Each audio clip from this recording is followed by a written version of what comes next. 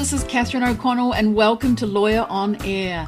If you are looking for inspirational stories about women in law, then this is the podcast for you. Join me and my lawyer ladies as we enjoy a glass of wine after a hard day at work and talk about the world of women in law.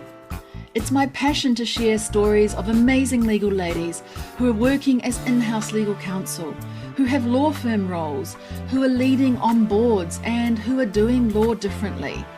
From time to time, I will also invite special guests on the show to share their insights on legal recruiting and tips for getting hired as a successful lawyer in Japan. I hope you will enjoy getting to know these amazing women who I am so proud to share a profession with.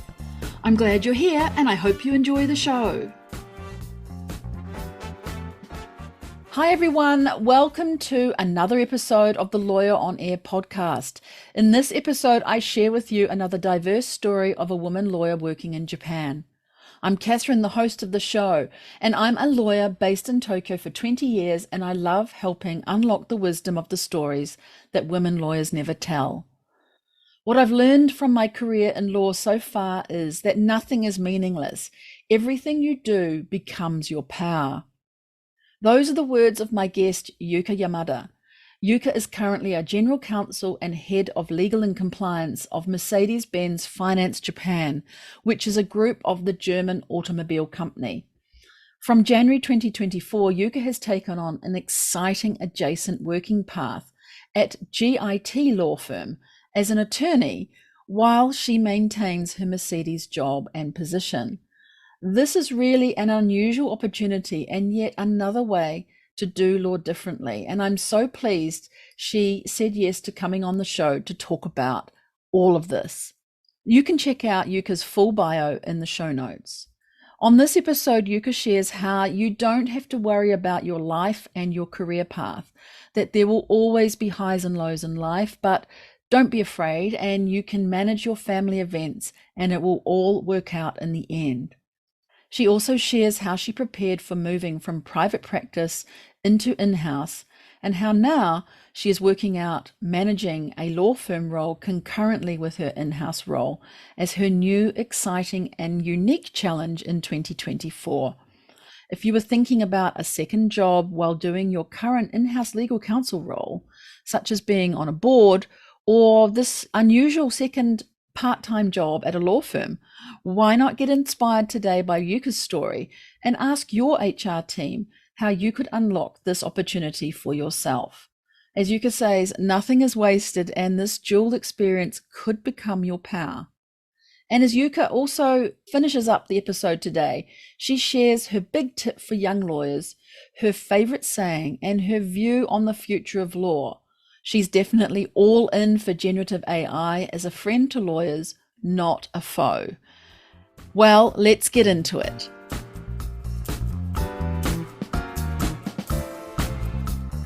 Hello, Yuka, and welcome to the show.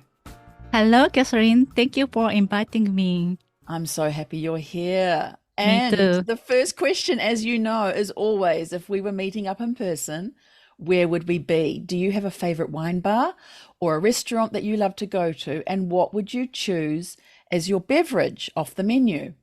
Oh, yes, I love champagne. I assume you too. And I know one good restaurant in Hiro Shopping Street. The name is Restaurant Okada, which serves very nice champagne and very nice dishes. So I definitely would go there with you. Oh, wonderful. Yes, of course, champagne. And I used to live in the Hiro area. Mhm. I don't remember that restaurant. I wonder if it's been there for a long time or. I think it's Yeah. relatively new, but Ah, it's still there before COVID. It's within 10 years, but I guess. okay, great. Well, it's very close to me. I'd love to go and have a glass of champagne or two maybe with you. Thank Yeah. you so much. Let's do that. Wow. Let's get then into the rest of the episode. I'm so glad you're here. And we often go back, well, I often go back into your earlier days. So when you were a child or you were thinking about your careers or something that you were dreaming about at that time, can you remember what you were like at that stage and what you were thinking about? Oh, yes. When I was in elementary school, I wanted to be a patissier. to Oh, make a dessert. nice. Yeah, I loved cooking and especially cooking dessert. So yeah, my mother also loved cooking.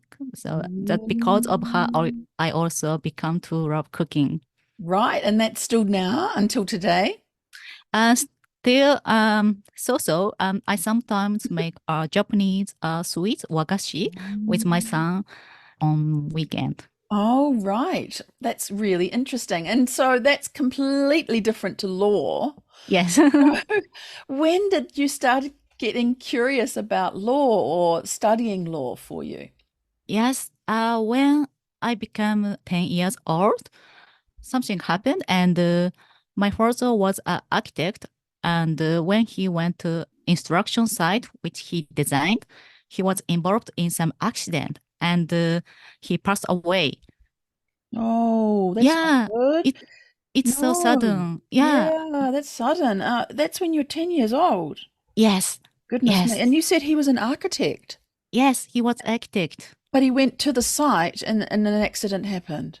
Yes. Oh, I'm very sorry to hear that. That must have really impacted you. Yes, and my mother was a housewife until then, and it was really normal things for women. Most of the women are not working and stay home. But after that, my mother decided to work. So she started working as a nursery teacher and chef. But before she get started, she had to get a license because she didn't have any license. So first she studied and got a license, and then she finally could start working.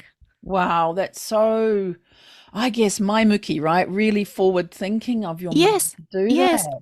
My mother is really positive and a bit optimistic, but I really love her. Wow, how soon after the accident did she start to do that? Was it pretty soon? I don't remember well, but Mm, maybe a few months later, not a few mm, months later, she saw that it might better to start working because she has 4 children, including me. right, yes. So she Yeah, had to take action. yeah, I'm the youngest, but she thought that it's better to start working to raise us. Right. And so what happened next then? The impact on you and starting to think about law. This was really just kid's idea when I thought that my mother was working very hard. So I started to think that I want to help or support her, including financially in the future. So I began to think that I want to become a attorney at law or a doctor maybe in the future because just as a kid's idea, doctor or bengoshi seems like a very socially high status and they must be in higher income. So I thought those positions might be good to support her. I see. Right. I wonder where those ideas, even as a kid's idea, Hmm. where that comes from. Maybe you see it in a book or on TV or something like Yeah, that. TV. Yeah, Yeah. I watched a lot of TV dramas and doctors or bengoshi, main character of TV drama. So I Right. kind of become interested in those jobs. But doctor became not my option because in my nature I hated to see blood. Ah, me I too. can, yeah. I can't stand it. I can't stand it. Yes, There you yes. go. So I thought, how could I be a doctor without seeing blood? I cannot do any surgery. No, you can't. And me too. And I had an accident recently with one of my fingers, and the blood was just pouring out of it. And I don't Hmm. even know how I actually stood up without fainting because, yeah, maybe I imagined it was somebody else's accident happening in front of me. But yeah, I'm exactly like you. So, Yeah. law, wow, that's amazing. So, from the kid's idea, it turns into a reality. Tell me more. What happened next? When I became junior high school student, I also began to interested in the English as a subject. It was part of the school curriculum, and before that, I have never touched English. But when it began to part of my life, I suddenly become interested in its subject itself.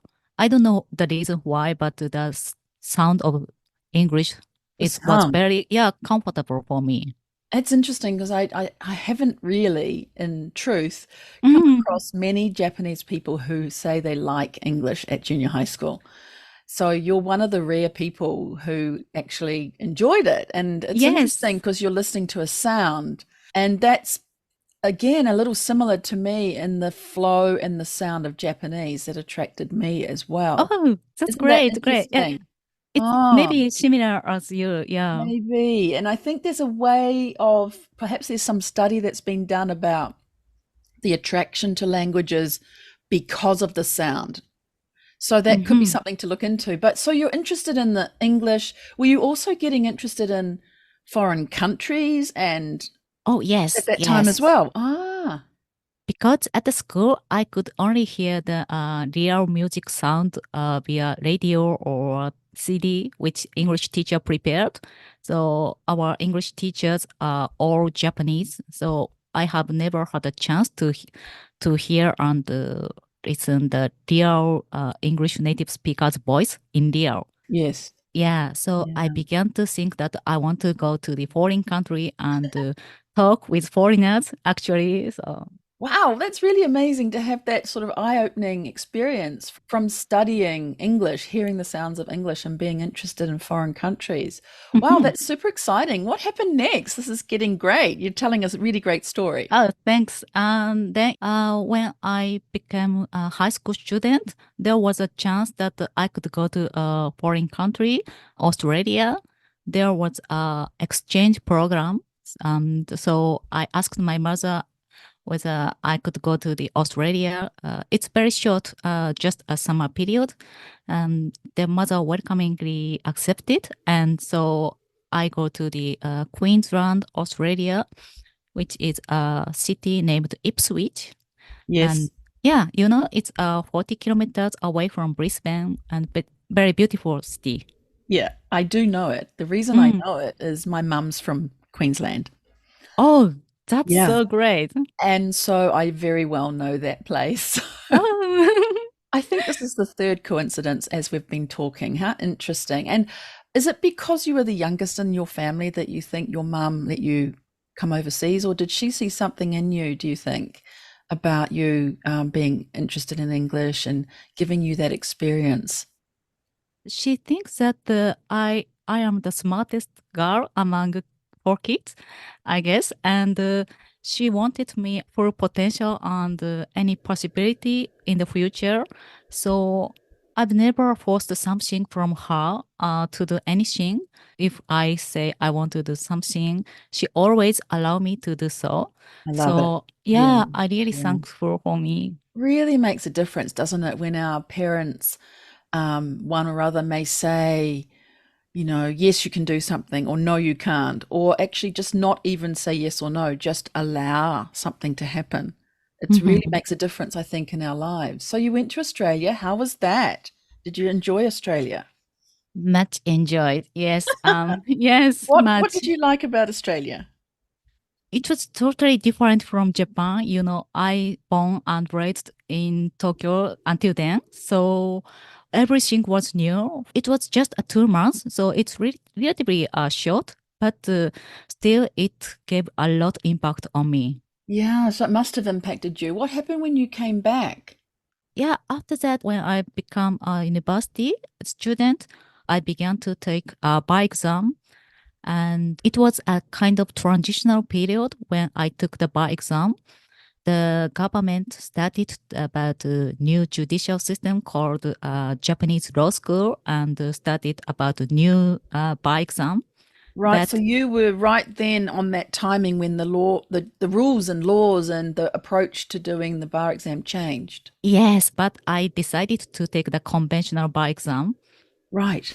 I think around that time, a Mm. lot of the people who were wanting to do law chose the conventional way. Yes, because it sounds like it take more long time. If I choose to take the new bar exam, I have to go to law school 2 years again after graduating university. It feels too long time for me. Is that your kind of personality, is to do something quite quickly? Yes, I Make a think so. fast decision maker. I think so.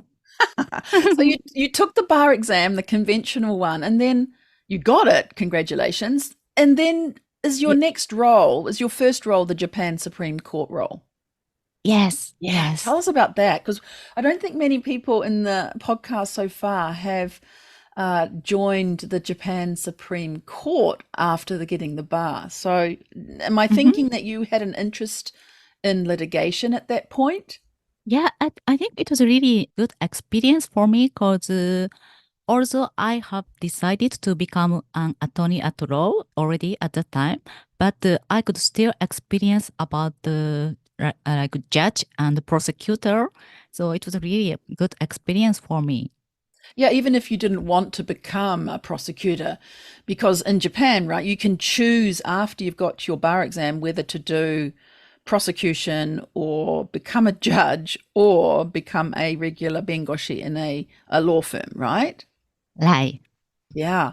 So in most other countries, you sort of do bengoshi work, lawyer work for a while, and then maybe specialize as a prosecutor or are invited to be a judge. So the system in Japan always surprises me or makes me quite curious the way you decide straight Mm. away. So what happened in that role? How long were you there, and what do you remember about it as being quite interesting? I think it was about 1.5 year.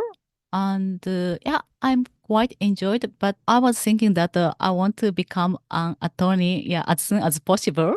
Because yeah, I'm so interested in attorney's job, and Right. I've already decided to join Baker and McKenzie at that Ah, time. I So see. yeah, I was really looking forward to actually working at law Good. firm. And how was it at a law firm? Do you remember some of the good things or some of the challenges you had? Yeah, I think yeah, it was a really nice law firm, and I've learned a lot from partners and colleagues. And although they are incredibly busy, but they are really kind to teach to a young associate about the work. So I still really thankful for many partners. Mm, Yeah, ours belong to a corporate M&A group, but still I had a chance to do another litigation or financial work because at the time, Beck and McKenzie had a kind of a rotating system for a young associate for their first year. So I had a chance to practice many fields of law. that's good, right? You get the chance to rotate between litigation, finance, and the corporate M&A team. And Hmm. but for you, you found that the M&A was really what you enjoyed doing most of all. Yeah. Mm. Yes. Were you Yes. able to use your English at that time as well? Yes, yes, that's what I wanted, and yeah, and that's why I chose Baker McKenzie, because Mm. their work is half and half English and Japanese. So, and if I wish, I could do more English related work. So most of the time, I wrote email in English and attend English conversation meeting. So it was actually what I wanted to do. Right. But it seems that from looking at your career path, you decided that there was maybe a chance or an interest for you to go in-house. Yes. So what happened there? Where did that change come? I think the working condition and working experience at Baker McKenzie were very fabulous. But, I became an attorney at law right after I graduated university. So I feel that I'm very immature and lack the experience. So I felt that I knew almost nothing about the structure of a society or about the companies which I was advising for. Ah, So, good mm, point. Really good point there. What a great thing to recognize. Mm. yeah, so yeah, that's a catalyst for me. And then I began to think about becoming in-house counsel so that I could see the actual business. Ah, that's great. So how was that? Where did you go and what did you end up doing there? Yeah, I first joined the Mitsui and Co, known as Mitsui Busan. Right. Yes, Yeah, so and they're an in-house, like a Shorsha, right? A yes, trading company. yes, sure, sure, yes. And when I joined, I was a third in-house counsel at that time. only three attorneys were there at the time. But I checked the Mitsui's site recently and found out that currently they had 35 attorneys at law. Ooh, Yeah, yeah, I actually know a couple of them too. One of them has been on the show on the podcast as well. So interesting, isn't it, that they've built up a team from where you were as their third in-house legal counsel to now 35. Wow, that's amazing. So tell hmm me what you did there, because when you work at a trading company in Japan and one of the top ones, such as Mitsui, you get to see a lot of different aspects of the business, many yeah, different kinds of industries as well. So tell me about what that was like there. it was so exciting. I would admit that Mitsui had really tons of work, and Mitsui is more like conglomerate company. Mitsui is investing in many fields, so I could know many industries, not only Mm. IT or manufacturer food, but we also do many projects, including a big project. So yes, I could know a lot about the business actually. And I thought, oh, yes, that's what I wanted to learn. And I think my choice was right. Right. So working in-house is really very different to working in private practice, I believe. And so you've mentioned that you could see a bit more of the business. What else was the difference for you between law firm work and in-house legal experience that you had? Uh, I also went on many business trip when I was working at the Mitsui because the legal team of Mitsui would think that we are part of business. So whenever business need us, we should support them. So for example, I often went to Malaysia to negotiate with business team. At that time, I was one of the project was investing in Malaysian palm oil company, and I was the legal lead. So I supported them, and whenever the negotiation of the contract is necessary, I went to Malaysia with business team and negotiated. So it was so exciting. Yeah, it would have been very exciting. I think you're right there that you're treated as part of the business. So, of Mhm. course, it's natural that you would go on business trips and be part of the team and lead projects like you just did. Were there any challenges being in-house that you came across and that you had to overcome? I think at that time it was before COVID-19, so Mitsui was a kind of part of traditional Japanese company. So Mitsui has no system of working remote working system. Right. Yeah, yeah. So it was a bit hard for me at that time. Yes. Yes, people, it's very traditional, and the idea of working remotely, it just didn't figure. That wasn't just possible, right? Yes, and Yeah. I also have one son, and I gave birth during Mitsui's working time, and Mm. it was very difficult for me, yeah, to do both child raising and working full time at Mitsui.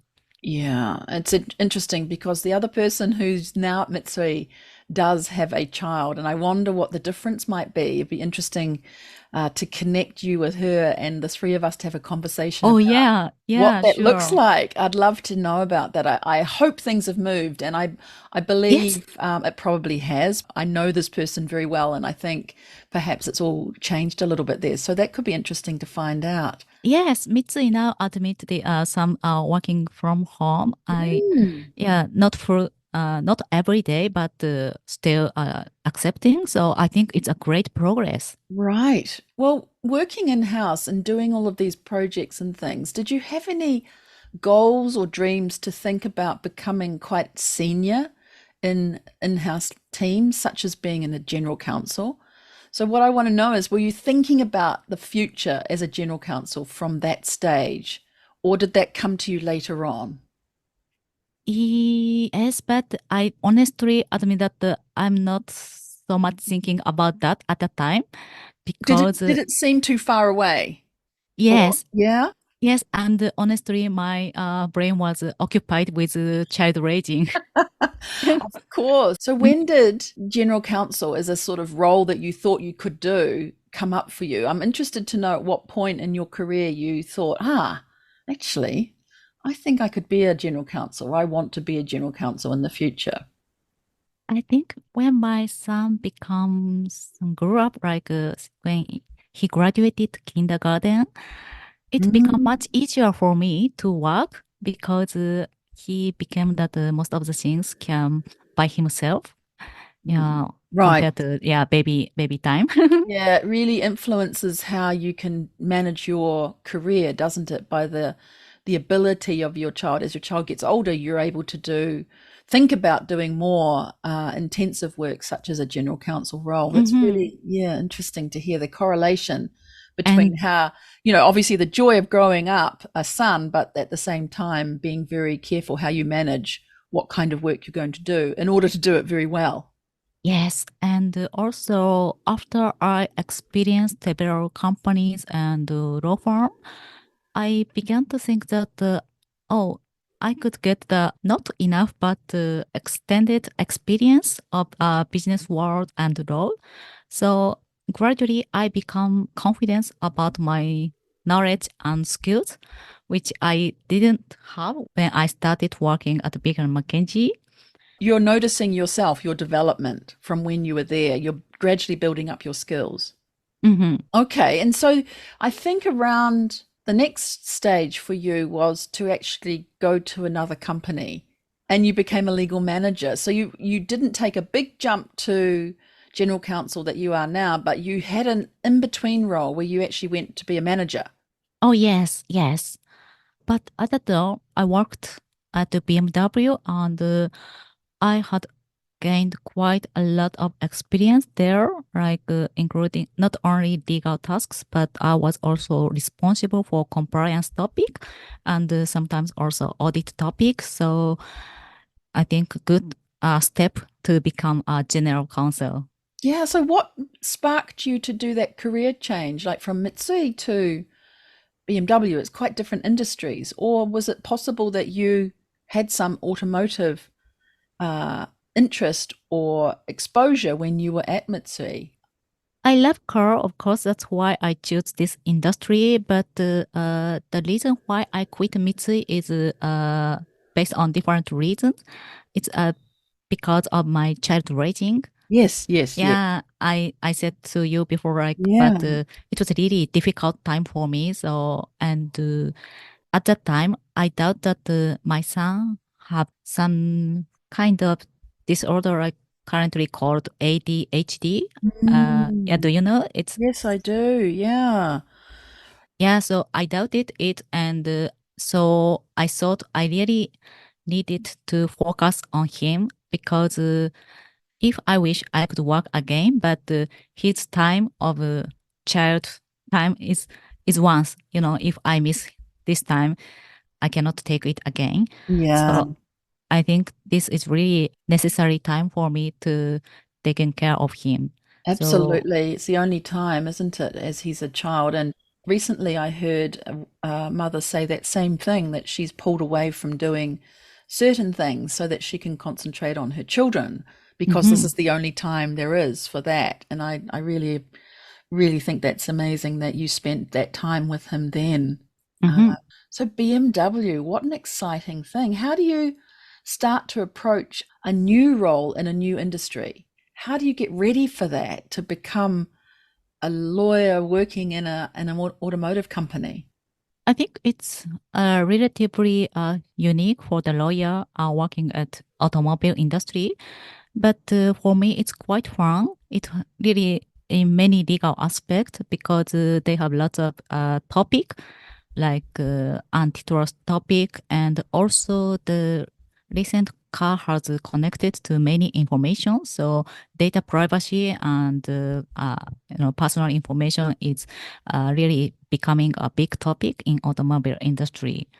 Good Yes. answer, actually, because not many people probably understand the direct Mm. connection with data privacy. So I'm glad you raised that. And also the compliance is more and more become strict in this industry. Also in all the time, the compliance is not much good in this industry, but now globally the situation has changed. So even in on the automobile industry, we have to take much care about compliance topic and integrity. So actually, we have, as a lawyer, I have really a lot to do.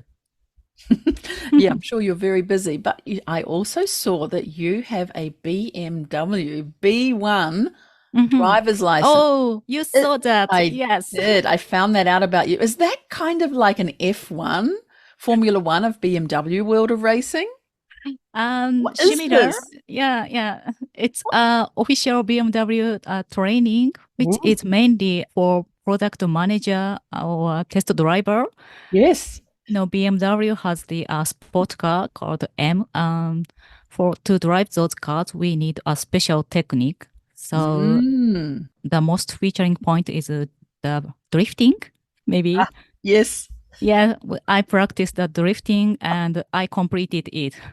Can't, oh my goodness. I can't imagine you doing that because if anyone knows Yuka, you would not think that she could do drifting in a car. That is Yeah, super amazing. I love it. And hang on a minute. So you're saying that it's usually for test drivers, product managers, but here's this lawyer in the company putting her hand up to say, could I do it? Is that what you did?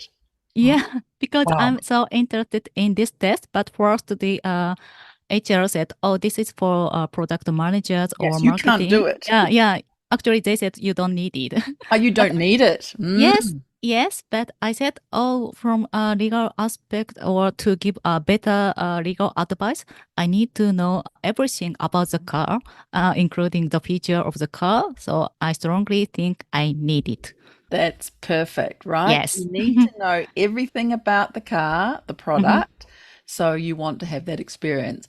Wow, well done you. That's so cool. I'd love to see you doing that in some car sometime, but Yeah, not on that's really public road. exciting. I'm very glad I asked you that because it's an important point there that you've raised that lawyers need to know about the products and the services that they are providing the advice for. And what better way than to get behind the wheel Mm-hmm. of the product that you are in the company for at that time? That's amazing.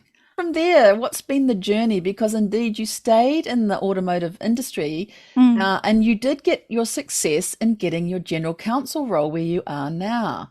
And you Yes. do a lot of compliance work as well there too. So tell us about this role and what your day life looks like there. It's much interesting for me, and this was kind of one of the dream job, general counsel. I wanted to be. It's not a goal, but this is one of the point I wanted to get. And so now I have three members, and I'm responsible for legal and compliance. And my current company also put a high emphasis on integrity topic. So I do some training and also give some lecture.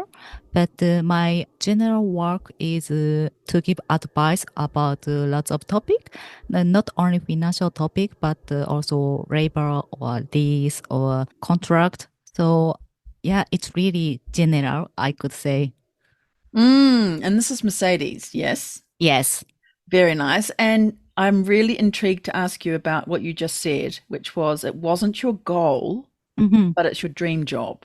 What Yes. does what does that mean? Tell me some more about what that means. I think I want to broaden my area of expertise more.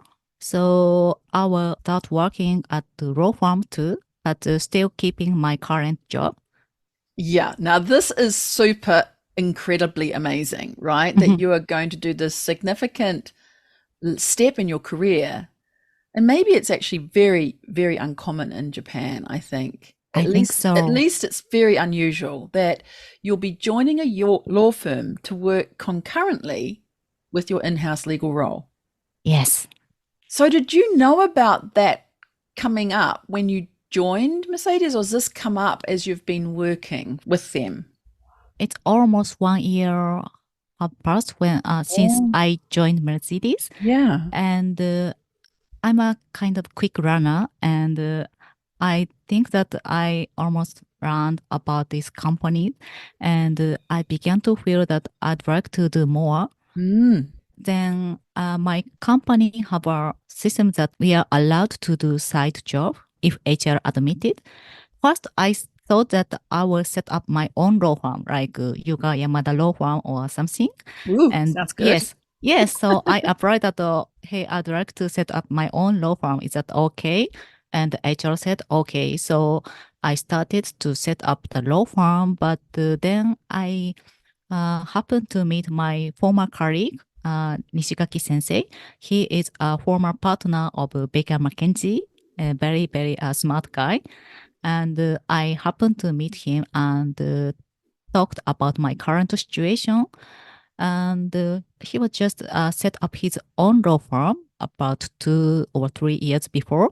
And he said that then why not join our law firm? Oh, that's so great. Wow. Mhm. Isn't that incredible, right? I mean, this is so interesting that you could also have had your own firm and that could still happen in the future, Mhm. but that you are invited by Nishigaki Sensei to come Mhm. and join his firm. And so, wow, what an exciting conversation you had. Did you then go to HR and say, I want to change my mind. This is what I want to do now. I want to work at this firm. Yes. But for HR, that doesn't matter. It Yeah, seems. it's just the same thing, but in a Yes. different box. Mhm. Ah, wow. How amazing. Is your HR, do you think it's quite different to other companies? Are they very open? And I know that in Japan, there's a sort of small trend for allowing people to have a side job, especially just over COVID, because people couldn't do perhaps one job and make enough money. Maybe they started to do side jobs, and there seems to be a bit more of an acceptance now to have a side job. What I'm trying to ask you is, do you think that other people who are listening to you today could ask their firm or their HR people about this kind of opportunity? I think, first of all, I think our HR is really open and very open-minded, and that's why they accepted my proposal. But I think in general, if we explain the situation and like the time or what we want to do in another company or law firm, and if we deeply explain it to HR, I think we can persuade or get progress, I believe. Interesting. It's because, if people don't ask, they may not get. So if you never Yes, ask for something, it's never going to even be considered. So why not ask? And I think you're right there with making sure you deeply explain. So you can't just rock up, right? You can't just go up to somebody and say, look, I want to do this. You've really got to have, like you would, your argument if you were a lawyer in a case or negotiating across a table. You'd need to have your argument to explain why it's really going to be beneficial to yes. to the company that Mm. you take on this other role and it happens to be in a law firm. Yes, exactly. It's also beneficial for the company too. If I only belong to one company, what I can gained or experience is only for the company. So Yeah. it means that I cannot broaden my expertise or gain new knowledge. Yes. So it's really good to go outside and join another person and discuss with someone outside of the company. Of course, we will not take, each side, but it's really beneficial for the company too. Exactly. And before you mentioned being in a law firm, you didn't know about the business. So you came and went to do an in-house role. And now you're saying that in a company, you've still got to know outside of the company as well. So it's almost going back another 360 degrees back round to another law firm, right? So you're doing both again. Do you think there's a mental shift that you're going to have when you're in your in-house role and you're wearing in-house legal counsel hat, and then you move to the law firm for the work that you're doing there? Do you think you'll do a different approach to the way you advise the clients over at the law firm compared to now? Or do you think you might be very similar in the way that you do your advice, very business focused? Basically, I think it's almost the same because I treated my business team as a client. And so whenever they give the any questions, I give advice based on attorney's point of view. So basically, it's same. I don't know, but maybe if I belong to law firm, and if I got any questions from another outside of the law firm, well, I think the client attitude might be much different. I think if I belong to in-house and if I am a member of the company, the business team asks questions casually. So Right. that Yeah. if I'm a law firm attorney, maybe the client prepare the deliberate question and the detailed explanation. I think so. The client side is much different. Interesting. Well, it's going to be very interesting. I'm wondering if people are listening to you, they might be feeling quite inspired to Mm-hmm. think, how could I do that if I'm Mm-hmm. an in-house counsel? And we've had previously an episode which is about somebody who is in-house but also has a board position. And so you're similar in a way that you're in-house and you've got another position in a law firm. And you were lucky that you came across Nishigaki Sensei and you could talk to him about this. How do you think others who are listening to you now could approach this if they want to do the other outside job and maybe working in a law firm like you're going to do is interesting for them? What would you suggest that they do as their first step? I think we should be honest. So we should not commit anything that we cannot do. So be open and honestly talk what we can do and what we cannot do. And then if we agree with something, then it would be great.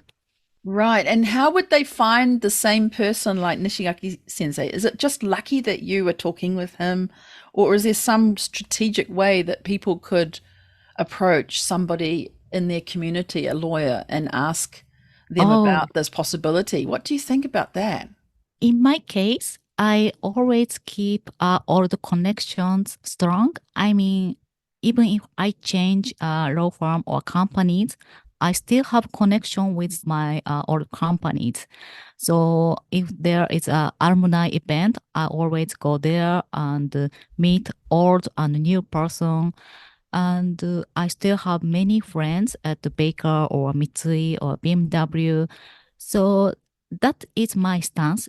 Even if I change companies, I won't cut all the connections. I still keep those very important.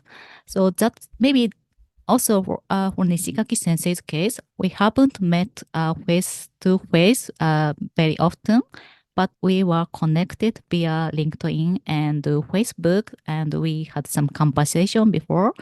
So it was not totally new for us to talk. I think you've hit on the really excellent point there, right? Keeping up your connections with your previous companies, not just finishing a chapter and that's it. You keep in touch.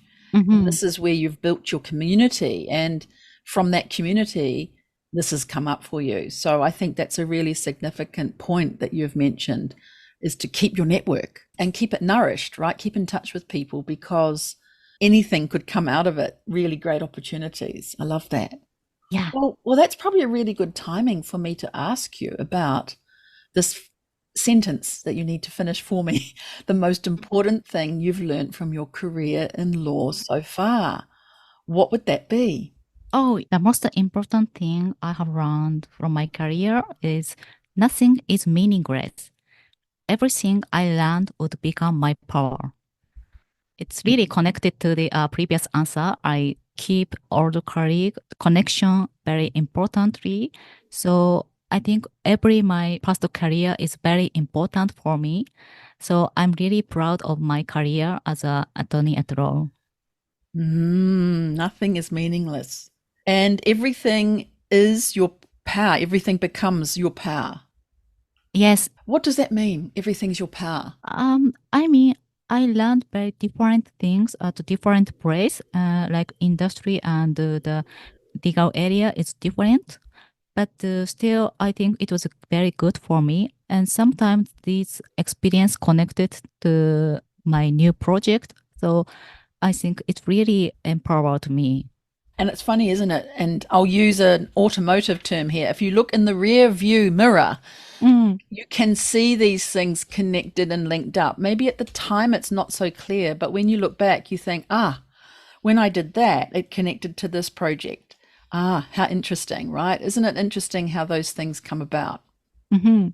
if someone is thinking about, wow, I'd love to do all of what Yuka's done. She's worked in a law firm, she's worked in a trading company, she's gone and done a different industry, and she's found her way and done a few things on the line along the way.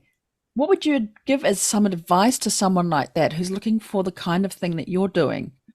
I think in the long life of our career, we might sometimes worry about our past, and especially the time of transition of the job change, or if we have some family events. And in that case, we might have to change our original plan. But I think we don't need to be afraid because life has highs and lows. So it's like a stock chart. So I think I should say, don't be afraid about the change. Don't be afraid about change. And yes, it does have highs and lows, and everything that comes across our path is somehow meant to have happened for us, I think. Mm. Wow. What about the young lawyers then? There's probably a few younger lawyers or maybe law students who are listening to you. What kinds of advice would you give to them as they start in their career? So when you started your bar exam, you went and opted for the traditional bar exam. So Mhm. when these lawyers are coming out, they maybe have a different challenge than you did. What kinds of advice would you give them now? I would say don't select the job. So if we are given any kind of job from partner or our colleague, I think we should do everything. If we select like, oh, I only want to do data protection law or I only want to do antitrust topic, then we will limit our area of expertise by myself. So I think we should do everything if we are at younger time. Oh, that's great advice, right? Don't think that you only should do certain work. Do a general kind of work. Do whatever's Mhm. asked of you and build your expertise. That's brilliant, really brilliant.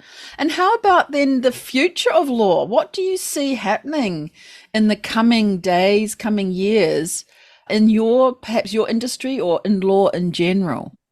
Like our start the double job from 2024. I hope Japanese law market will become more and more flexible. I hope that the Japanese traditional company will also change their attitude and begin to admit more flexible way of working that will not limit. That is a way to make maximum use of our, human resource employee. So the working conditions are going to be different. How about in law itself? Do you see, for example, everyone or a lot of people are talking about generative AI and chat Mm. GPT and all of these things. Can you see them as having some impact in your work in the law? How it can Yes. be a help for you and maybe how it could be a risk, but I'm interested to hear if that's something that you're thinking about in your role now. Oh, yes, that's really interesting topic. And I'm totally in for AI topic. And I don't think it's a kind of risk to us. It's just supporting us because it will help to review the contract and give advice. But of course, we will not fully rely on them. Ultimately, we have to decide by ourselves. But AI is a good support for us, and it's one of the way to make more good work-life balance for us, I guess. Because of that, we could reduce our working time. So I'm totally in. Ah, totally in. Me Mm. too. Um, recently, I just was asked to write an article about GPT, generative AI, and the impact on the law and my own business. And I kind of treat it sometimes like an intern. Hmm. Yeah, Yeah. or like a Yes. law clerk coming in to help me in doing a first draft of an email or a first draft of maybe a PowerPoint presentation. And then it can't know me and my personality, but it can help me to get some starting points that Exactly. saves so much time. And then I can build on that with my own experience, my own career experience, my own insider information that I might have that I've experienced myself. I don't mean inside information from other companies. I Mhm. mean my own personality and bring it to that initial draft that an intern, the chat GPT, for example, has brought up for me. So I really think the same as you, that I'm all in as well. I think it's only going to do us well. Of course, we have to use it in a careful way, and there probably will be some regulations about it, but I think we need to embrace it rather than being afraid. Yes. Wow. Is there anything else, Yuka, that you wanted to say that we didn't cover today that you wanted to mention? Just one point. Sure. I have a break period because of child raising, but I have one good story of that period. Yes, please tell. Yes, sure. Yes, it was my son's kindergarten era, and currently he is grade 4 of elementary school. And recently we walked around the kindergarten which he attended. And on that occasion, it was Christmas season, and he said, "Oh, hey, mom, you played a handbell for us at the Christmas party. Do you remember?" He said to me. And yes, of course, I remember. And I practiced handbell for him. It's by secret. And so I was so happy that he remembered that memory. Still, 4 years have passed since he graduated. So I think that time was not meaningless, and it has much value for me, even I was not working. Yes. Yeah, it's you're not working, but obviously that's an amazing memory. And look, it's created something for him. He remembers mum being there and doing that activity, the handbell. Gosh, I don't know how you do that, because that's actually quite difficult. Yes, it was also my first attempt. I didn't know how to do I've that seen before people that. doing it and think, oh, it looks kind of easy, but actually, if you think about it, it's a very difficult. Actually, it was so difficult. Yeah. We have to do this by several people. So what's needed is the kind of cooperation skills. So I have a good skill on that. So somehow Ooh. I could do that. That's another thing to add to your drifting skills. Yes. Well, I think it ties back, though, seriously to what you said is really the most important thing you've learned, and that nothing is meaningless. And that this time out that you had when you weren't working and focusing on your child raising was indeed very, very beneficial and not meaningless. So thank you very much for sharing that story. Thank you, Catherine. Well, we're going to finish up now with some sort of lighter questions, curious questions. And so the first one I want to ask you, and I know you don't know what's coming, but your favorite saying in English or Japanese? In Japanese, 好きこそものの上手なれ. In English, maybe what one likes, one will do well. How does that play out for you now then? What does that mean? Yeah. You know, I haven't spent long time in foreign countries, but because I love English, I practice a lot and a lot. So that's now why I can speak English to some extent, at least business level. So, yeah, I think everything could be done if we love it. So do it what we like. Wow, great. Can you share with me a book that you're reading or have recently read that you recommend? I haven't finished yet, but recently I'm reading a biography of Elon Musk. Oh. It's quite long. It has 2 volumes, so I'm now in the middle of volume 2, but not finished yet. But it's quite inspiring to know his life. Who wrote that? Because a biography, so someone's written that about him. I forgot the exact name. I'm sorry, but someone, tell us later.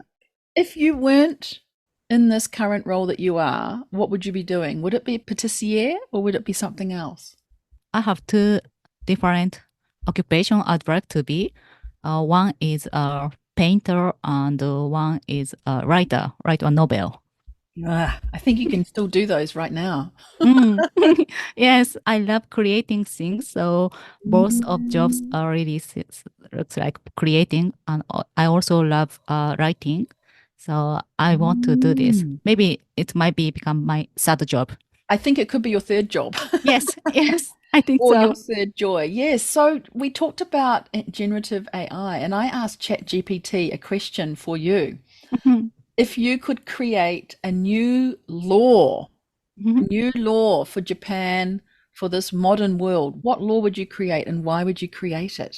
Wow, new role. I think I want to do something for kids. Yes. So I want to create a better life, which is more comfortable for kids. I couldn't think of any concrete title of that law, It's but something good for children. yes. Ooh, I wonder what that could be. Mhm. Interesting. Okay, we can talk about that when we have our champagne. Yeah, yeah. And finally, what's something about you that a Mhm. lot of people may not know? I mean, we've already heard about a couple of things that maybe people didn't know. Is there something else that maybe somebody who's listening who knows Yuka, but then suddenly hears you say this that they didn't know about you? Yeah, you already revealed one of my secret, like Oh, drifting. the Yeah. So drifting, yeah. yes, but one other thing that other people don't know, it might be I belong to a debate club when I was a university student. And I also got the most, how do I say it? I gave some questioning to the debater, and my question was tremendously good. So I got a good answer questioning prize. I'm sure that relates very well to what you're doing now and what you will be doing when you take on your second job at the law firm. Thank you so much, Yuka, for your wonderful chat with us today. I really think that anyone listening to you should be very inspired that they can do anything in this world and that nothing is meaningless. I really thank you for coming on to the show today. Thank you, Catherine. I hope my talk would be beneficial for someone, at least one person. At least one person, that's what we aim for. And if somebody is interested in speaking with you, connecting again, how can they do that? Is LinkedIn the best place to reach out to you?